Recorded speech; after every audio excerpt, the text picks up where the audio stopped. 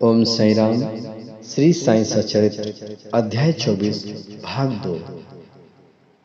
अभी तक हमने सुना कि संतों द्वारा लोक शिक्षा भी मिला, विगत जन्मों के कर्मफल के बारे में बताया गया।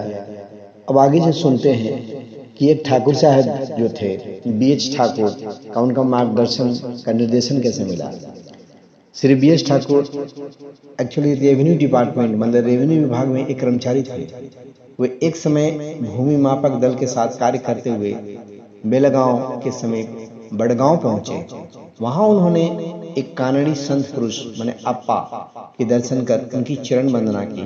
वे अपने भक्तों को निश्चल दासकृत विचार सागर नामक ग्रंथ जो वेदांत के विषय में है उसका भावार्थ समझा रहे थे कि जब श्री ठाकुर उनसे विदाई लेने लगे तो उन्होंने कहा कि तुम्हें इस ग्रंथ का अध्ययन अवश्य करना चाहिए और ऐसा करने से तुम्हारी इच्छाएं पूर्ण हो जाएगी तथा जब कालांतर में तुम उत्तर दिशा में जाओगे तो सौभाग्यवश तुम्हारी एक महान संत से भेंट होगी जो मार्ग प्रदर्शन कर तुम्हारे हृदय को शांति और सुख प्रदान करेंगे।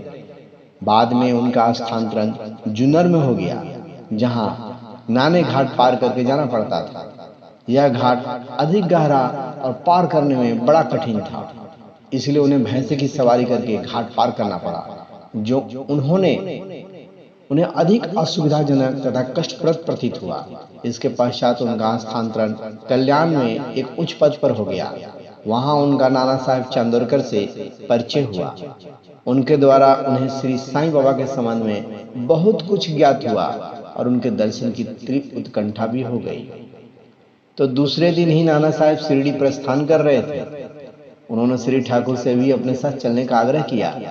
थाने के दीवानी न्यायालय में एक मुकदमे के संबंध में उनकी उपस्थिति आवश्यक होने के कारण वे उनके साथ नहीं जा सके। इस कारण नाना साहब अकेले ही रवाना हो गए। थाने पहुंचने पर मुकदमे की तारीख आगे के लिए बढ़ गई, इसलिए उन्हें नाना साहब के साथ न देने का पछतावा भी हुआ। फिर वे शिरडी पहुंचे, तब वहां उन्हें ज्ञात हुआ कि नाना साहेब पिछले दिनों से ही यहाँ से चले गए हैं और वे अपने कुछ मित्रों के साथ जो उन्हें वहीं मिल गए थे श्री साईं बाबा के दर्शन को गए। उन्होंने बाबा के दर्शन किए और उनके चरण कमलों की आराधना कर अत्यंत हर्षित हुए। उन्हें रोमांच हो आया और उनकी आंखों से अश्रुधारा प्रवाहित होने लगी।